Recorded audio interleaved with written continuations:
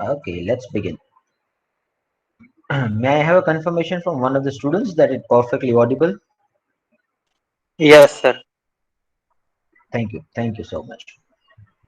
Let's move ahead. We were there into the question number 6 yesterday, and I had told that how many of you can solve it. So, is anyone there in a class who has done it?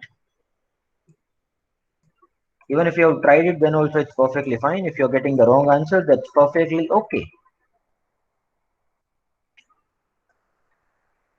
The question number 6. Anyone? Okay, who has tried? Miss Vaishali has tried. Okay. Okay, Vaishali. So, what you're getting there? Answer. Yes, so I have tried. I'm not sure the answer is right or wrong. Hello, sir. Okay. So, yes, yes, Vaishali. So, what you have done basically? Can you just explain? Yeah.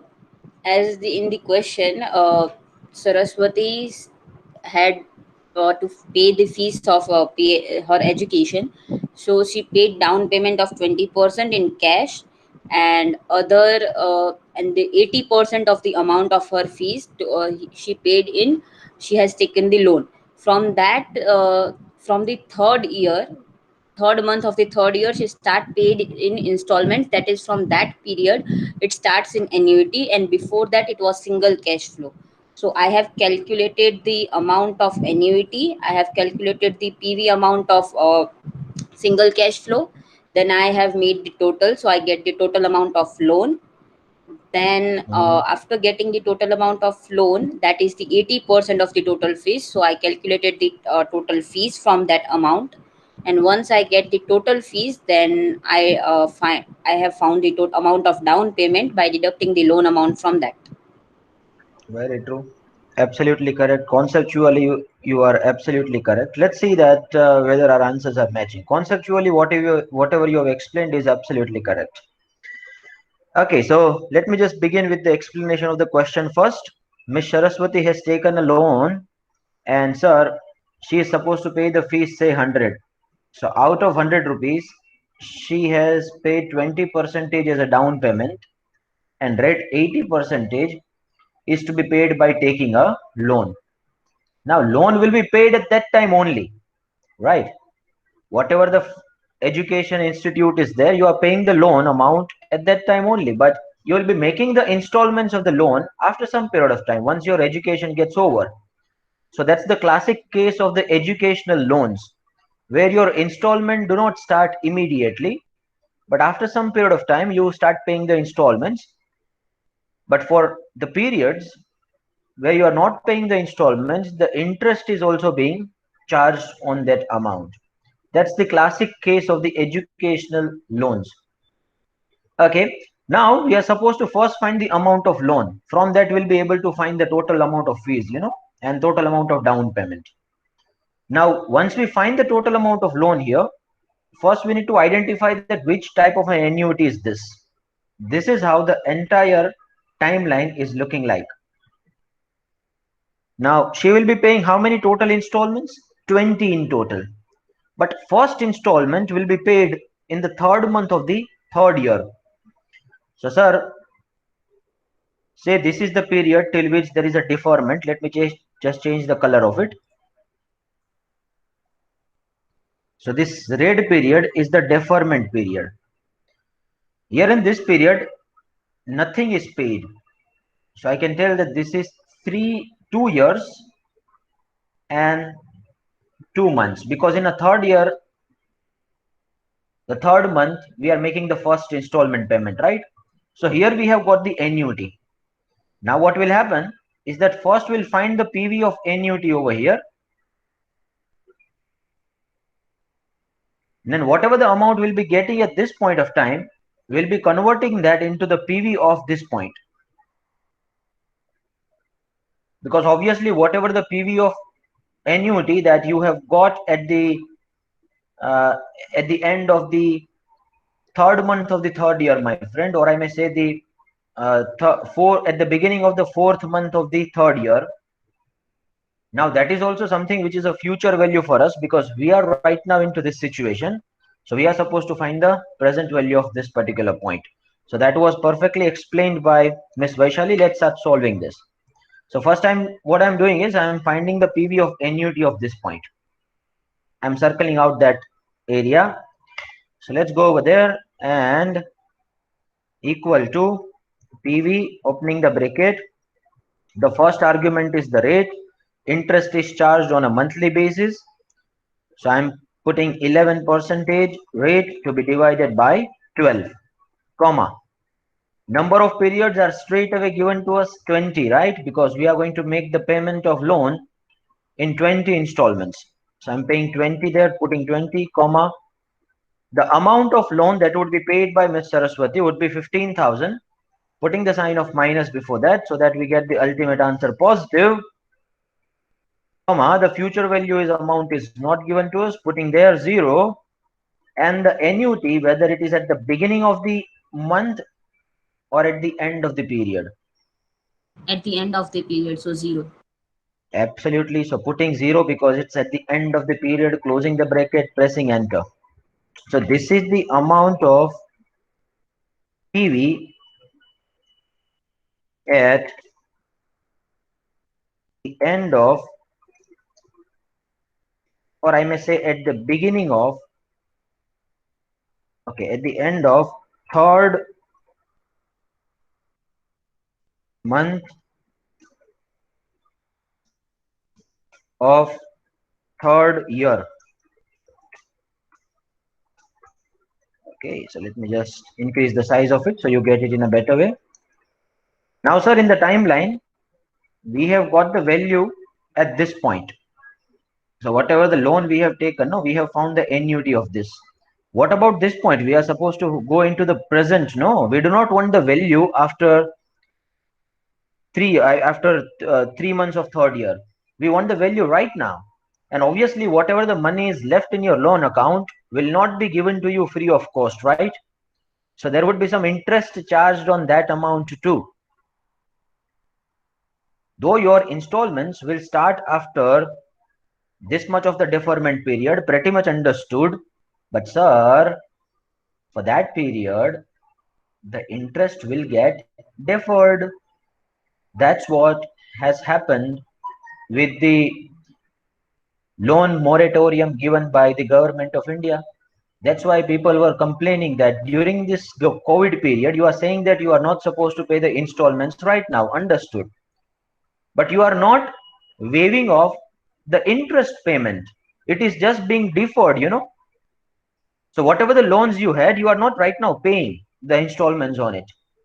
When there was a moratorium given to the people of India a year back, when the COVID situation outbreak just took place. So people were complaining that you should give the liquidity to the people, you should waive off this interest charge rather than deferring it.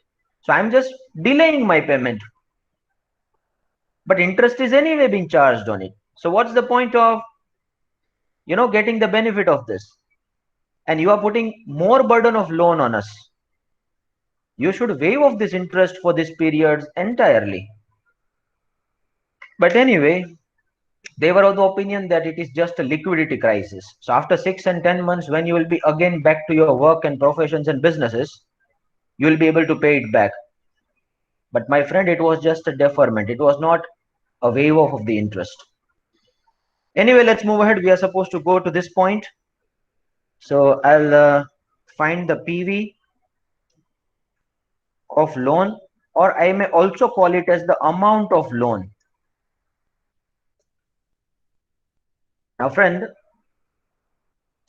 this is the value you have got. We want to reach over here. Interest is being charged on a monthly basis. So this amount that we have got will be taken as the future value now. And we are supposed to go into the present, which is exactly this point. So let's calculate that by taking the single cash flow formula. So again, the formula will be of PV only, opening the bracket. Rate is again 11% to be divided by 12, comma. Now, how many number of periods are there for which the interest is being deferred? So we are supposed to pay the installment, my friend, at the third month of the third year, right? So 2 years are absolutely elapsed. So there are 24 periods for which the interest is not paid because interest is charged on a monthly basis. Moreover, there are 2 months of the third year for which again the interest So, is, yes. so we are paying the installment at the end of third month. So we'll not calculate third month in this. No, because third month, whether you are paying at the beginning or you are paying at the end of the third month, that will just make the change in the annuity. It will be called either as the annuity due or it will be called either annuity ordinary. But third period is already been taken into account in the annuity. Is it clear? So, so here we'll take 26 only. Absolutely, absolutely. We'll take 26 because what I'm telling is that third period is there, no? Do not get confused by the end of the third month of the third year because third month is been taken into calculation of the annuity. Whether you are making the payment at the beginning, if you would have made the payment of the installment at the beginning of the third month of the third year, my friend, then you would have written the annuity due. You have paid the payment at the end of the third month of the third year, so we are taking it as the ordinary annuity. But third period of the third year is already been taken into account in our calculation. It's just the change of annuity which has taken a place. I hope you're getting it. So deferment period is just 26 months in this case. Is it clear? Yes, sir, clear. Good. So NPAR number of periods 26. Then PMT is not there, 0. Sir, the future value at the end of the third month of the third year we have got is this one, 272,968. So selecting that future value, before that I'm putting the sign of minus, so we get the ultimate answer positive, comma. Now here when it comes to the single cash flow, the type does not matter. In both the cases you will get the same answer. So just closing the bracket now, pressing the enter. This is the amount of loan taken by Miss Saraswati. लेकिन हमारी अधूरी कहानी. We are supposed to find the total amount paid by her in a down payment and also the total amount paid by her in terms of fees. So fees is basically the combination of loan as well as the down payment. Can someone tell me how do we calculate this? Yes, Miss Hemali has correctly identified it. 26 months.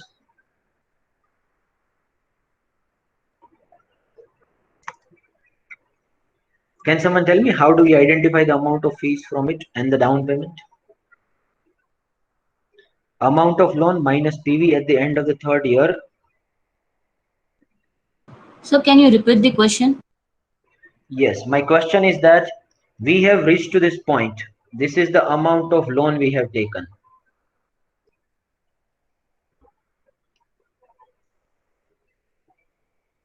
Now, how do we find the total amount of fees? Now, fees is say 100%, just giving you the example. 20% is the DP, down payment, and 80% is the amount of loan. Sir, so total amount of loan into 100 divided by 80. Very true. Only the cross multiplication will take place. So my friend, the amount of loan we have got, right? That's gonna be 215,316. So 215,316. Now that is 80% of the fees. So what is 100% and what is 20%? So it's just a cross multiplication, as simple as that. I hope you're getting it. So you divide your 215,316 by 80%, you get the 100%, right? So that's gonna be your total fees. Total fees equal to my amount of loan divided by 0.8, or I can also write 80%. I've got 269,145. So that's the total fees of Miss Saraswati that she's going to pay to Harvard University. So obviously the down payment is the 20% of the fees. You can also take it as the difference between the loan and total fees. So DP equal to 269 minus 215. Instead of that, you could have also taken 20% of 269. May I have the confirmation from all the students that you have got it perfectly? If you are stuck anywhere, let me know. If you couldn't understand any of the points, let me know. If you'll not, yes, Clear, sir. good, very good. Yes, Millie, you want to say clear, sir, or in something else? No, sir, it's clear. Very true. Good. Mr. Deepesh as well. Good to see. Really nice. Mr. Daksh, Mr. Mitesh. Very true, Miss Vaishali. Let's have a huge round of applause for Miss Vaishali over here. I'm going over there right inside, and someone from here only suggested me that I can also put the emoji. So going there in the chat box. And a round of applause from my side. Thank you so much. Let's move ahead. Your chocolate is due, Vaishali. Now, once the PV is completed, this is the annuity. Let's go to that finance functions again, the file of finance functions. There are a few more functions which are pending to be done. I'll just wrap it off today.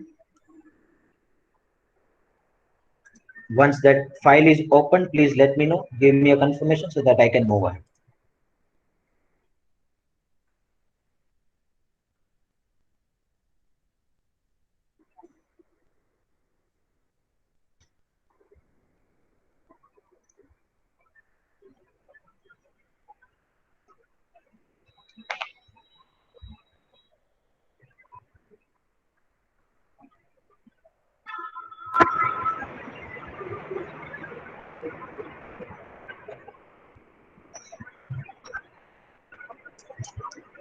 Shall I proceed further? Ready? Okay, Mr. Daksh is ready. Let's move ahead.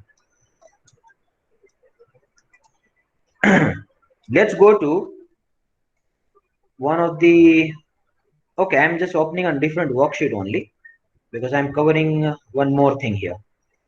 That is PV of uneven cash flow. So if you can recall it, we had done the FV of the uneven cash flow. Similarly, we will also find the PV of uneven cash flow. So let me just give you one example here. Say I have the total number of 5 cash flows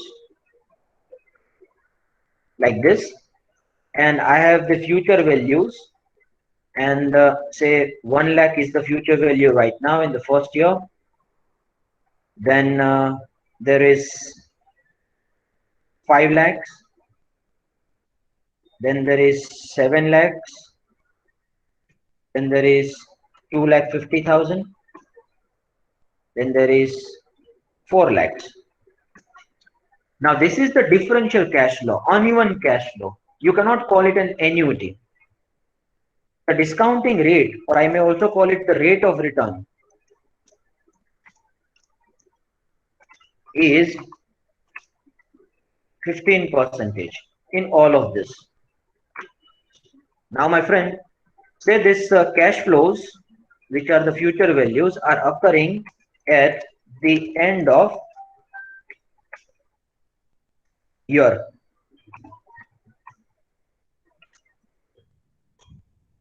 Try to understand my question well. Now these are going to be my future values. It can also be the amount of in investments, or it can also be the amount of loan which I'll be paying back. So say I have taken the loan, but at the end of the first year, I'll be paying 1 lakh rupees. So what is the loan amount I have taken right now if the interest rate is 15%? Now here in this case, we are just assuming that it's a yearly frequency, yearly compounding frequency. Similarly, at the end of the second year, you have got 5 lakhs as a future value. So what's the amount of loan we have taken right now? So 2 periods interest will be calculated. So my friend, we'll be treating this as the single cash flow now, because NUT formula cannot be applied. PMT amount is not remaining constant. Obviously, it cannot be called as an PMT only. So to get the PV, we'll be applying the mechanism of single cash flow of the PVs. So starting with the sign of equal to PV, opening the bracket. First one you have got is the rate 15%, comma, and the compounding frequency is not given to us, so we are assuming that it's gonna be yearly. So 15% as it is I have taken, which is the per annum rate. Number of periods for the first one will come 1, comma, PMT will not be taken because that's not a PMT at all, putting 0 there, comma, the future value is 1 lakh, putting the sign of minus over there before 1 lakh, comma, and when it is single cash flow, you people are aware that the type does not matter. Closing the bracket, pressing enter. So sir, we have got 86,956 as the present value. Now this can be manually found by applying the discounting factor. So I told you that if you do the PV of single cash flow,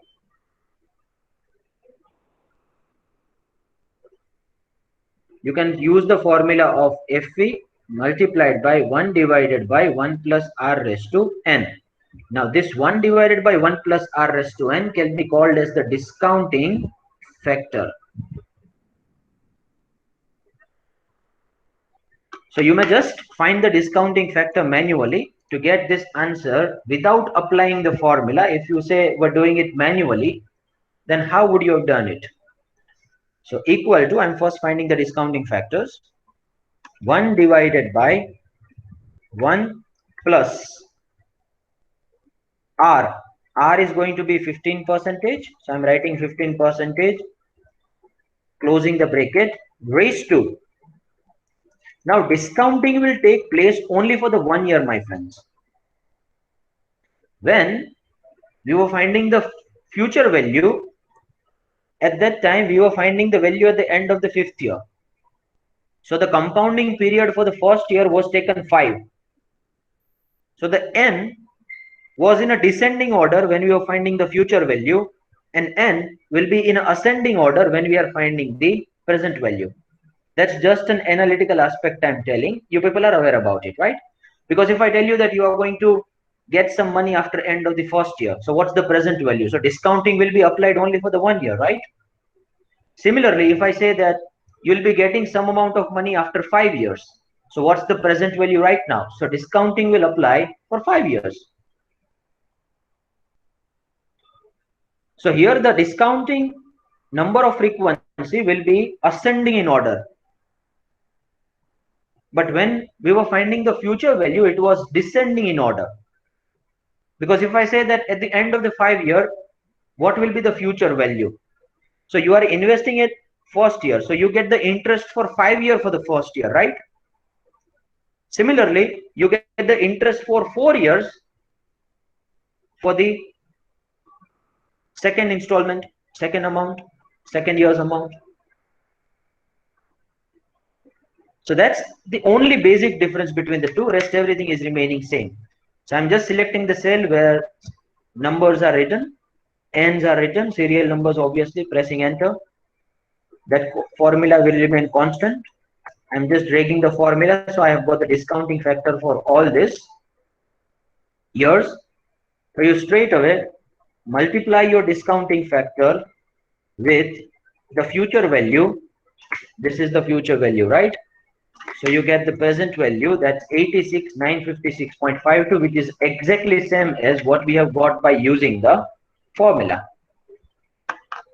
I hope that's clear to everyone now. Is everyone there with me till now? Have you got it, all of you? Sir, can you please show the formula for PV, that first one? Yes, Yes. equal to. So PMTV we have not taken, Miss Millie. Future value will only be taken over there, you know. That's it. Yes, Because sir. PMT is something which is installment amount. Here in this case, it's not an annuity. We are treating each and every transaction as a single cash flow because they are different in nature, cannot be called as an annuity. Okay. Now, if I would have said that FV at the beginning of the year is given to you, at the beginning of the year. So my friend, you will not be applying any discounting factor there. Why you will not be applying any discounting factor? Because you want to find the present value right now. And right now only you are getting the money. So the future value is also given to you at the beginning of the period only. And at that point of time only we are doing the calculation. So the discounting factor in that case will be taken only as 1.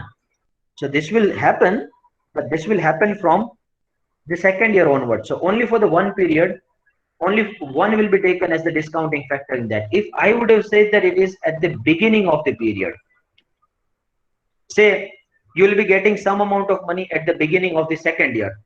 So when I say beginning of the second year, that means only 1 year's interest is included. So in that case, only 1 year's discounting will take place.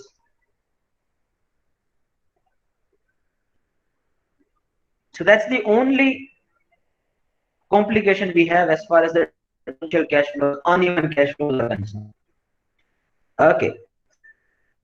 So my friend, you will just again be applying the formula so that you get it in a better way, equal to PV, opening the bracket, you are putting the rate 15%, comma, it's anyway annual in nature.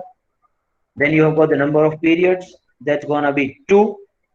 Now, if this is at the beginning of the period, my friend, then instead of number of periods of 2, you will be putting 1. क्योंकि दूसरे साल के beginning में ही कुछ पैसा realize हो रहा है, तो only 1 year's interest or compounding is taken into account. So, I have changed the question. Sir, the number will be decreased by 1. Absolutely. Okay. So for the first one, you take the discounting factor as 1, that's it.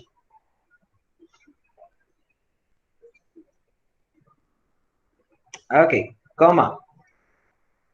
Then you will put the PMT. PMT is going to be nothing, 0, comma. The future value is going to be 5 lakhs, comma. Type does not matter when it's a single cash flow. So you have got 4,34,782.61. So if you multiply that with this discounting factor, obviously you get the same answer.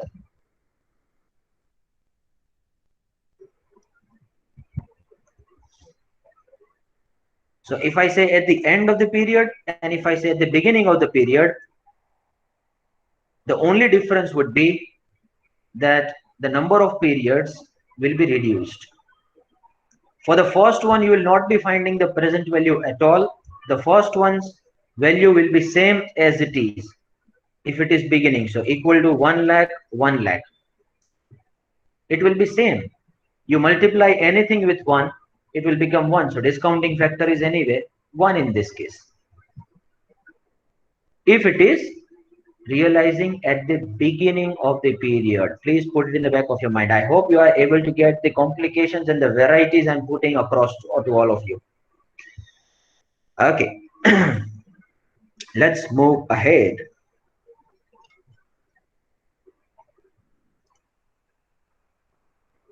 Let's go to the nominal and effective.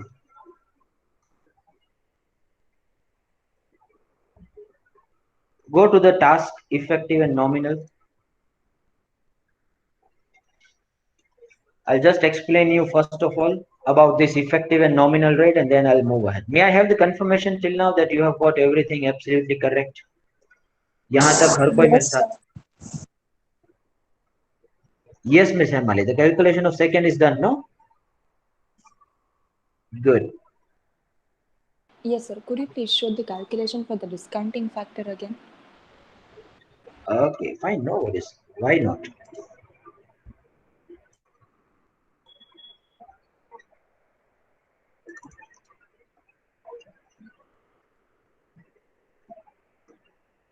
Is it visible? Yes, So sir. for the second year, we'll be taking it 1 if it is at the beginning of the year. For the third year, we will be taking 2. For fourth year, we'll be taking 3. So it will just get shifted by 1.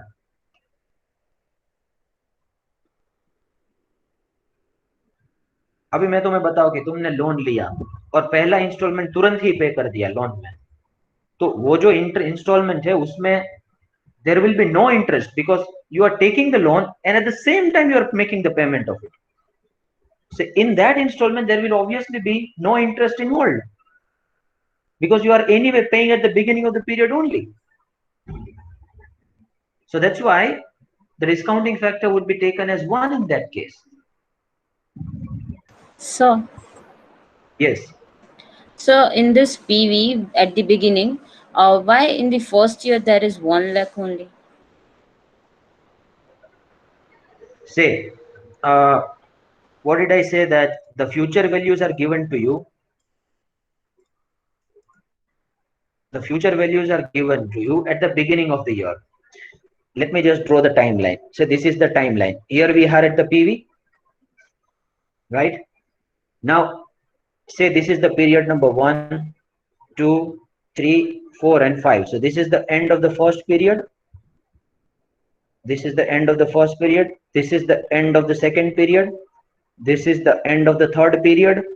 This is the end of the fourth period.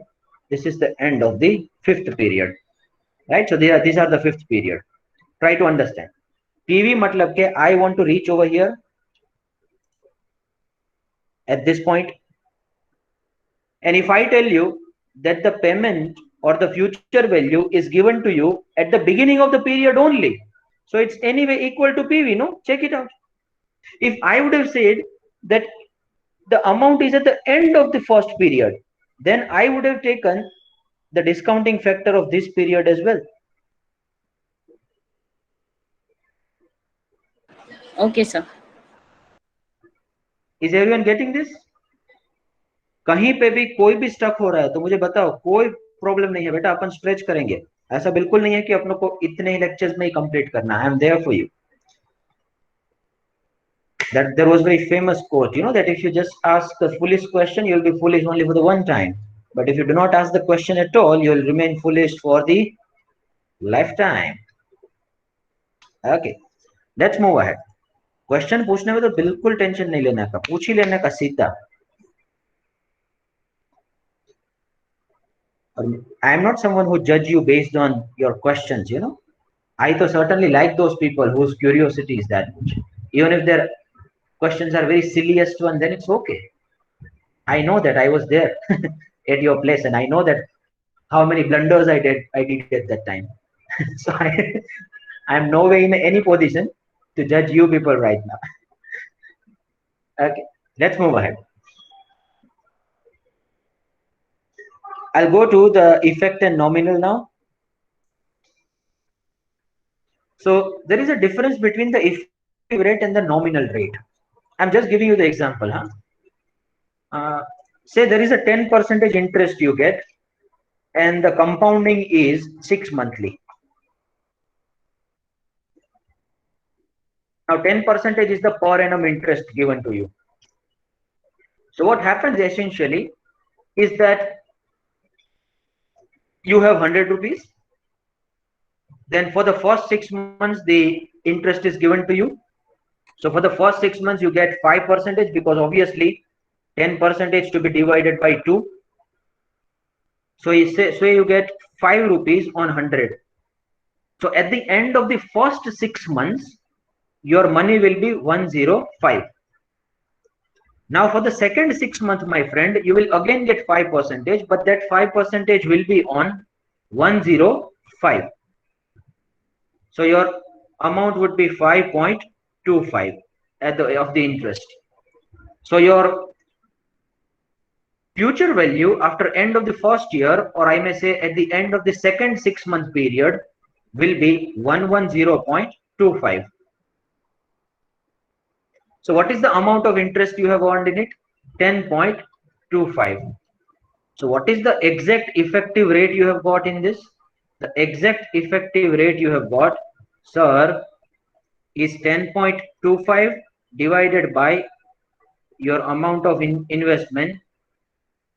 So that comes at 10.25%. So your nominal rate was 10%, but your effective rate is 10.25%. And higher compounding frequency you will have, more and more effective rate would be. But if the compounding frequency is equal to annual year, then effective rate and nominal rate both will be same. Say if the compounding frequency is yearly only, then here as well you get 10%, over there too as you get 10%. Similarly, if you make it quarterly, then again the effective rate will increase further. So 10.25 is called as the effective rate. So there is an additional return you get because of the compounding frequency. Just a second, my battery is low.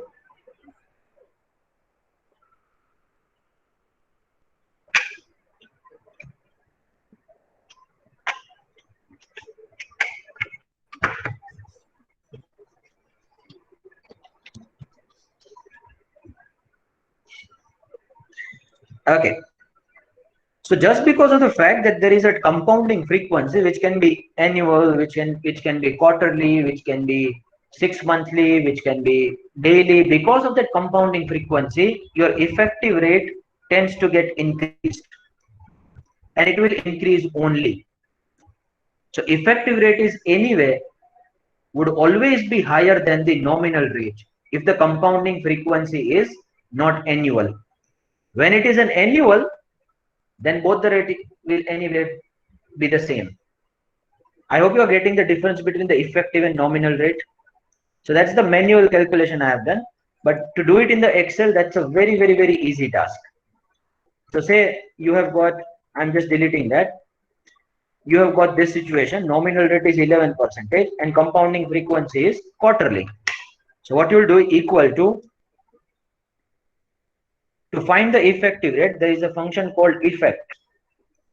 I'm using effect, opening the bracket.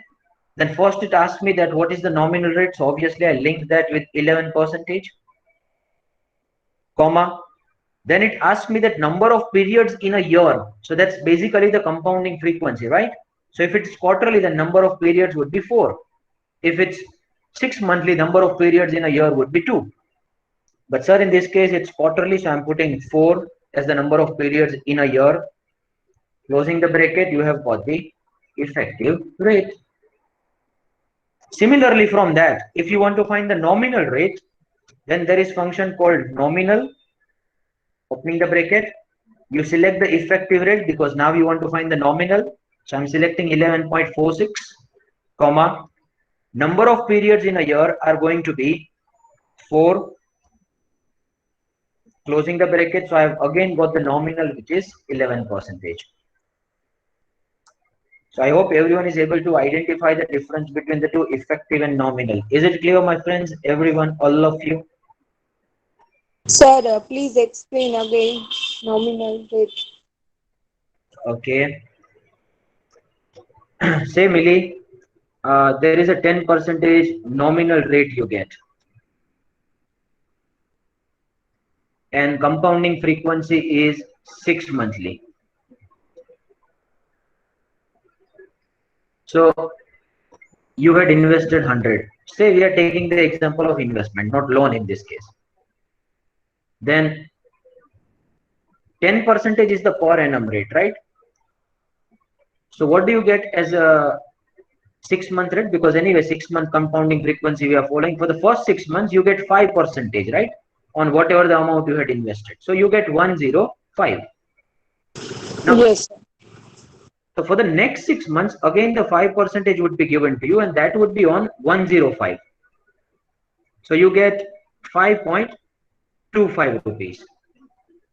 5% of 105 is 5.25. So your fund value becomes 110.25.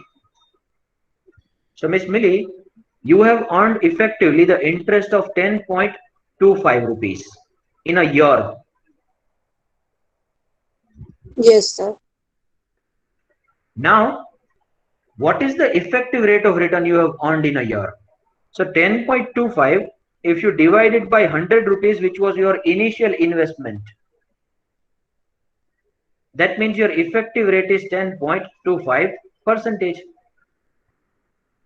So Yes, sir.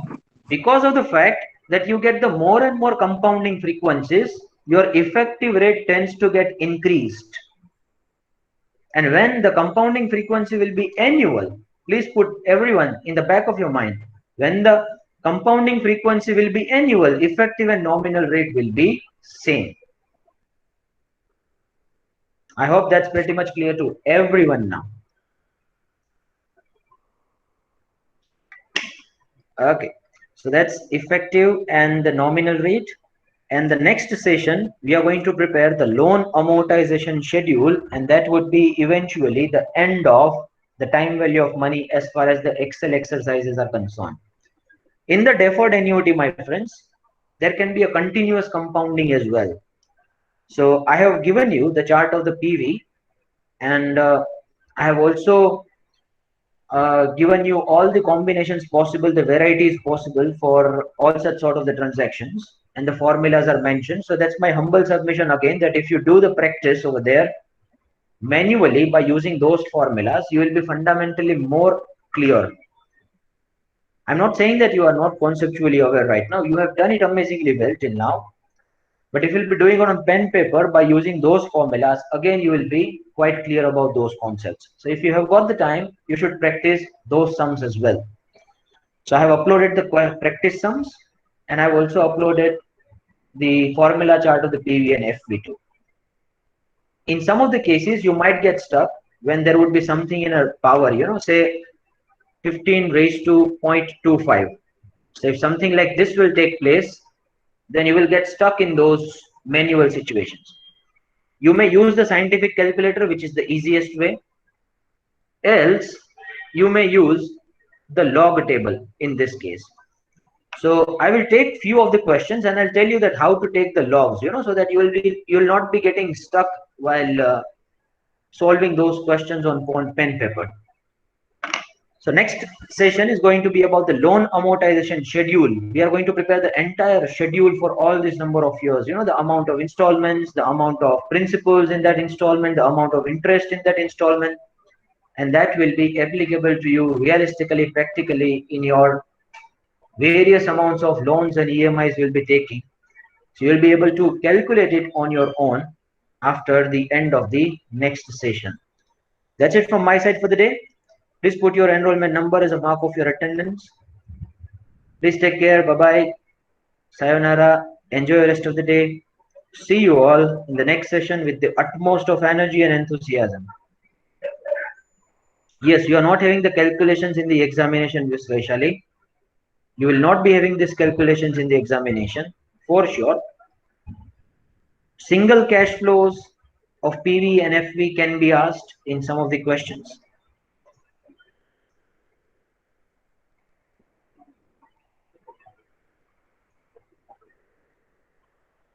In examination, the orientation of the question would be entirely like,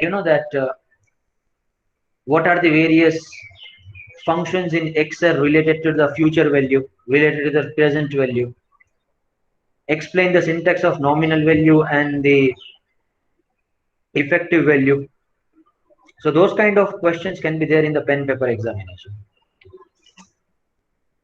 Okay, bye-bye. Take care. Sayonara. That's it.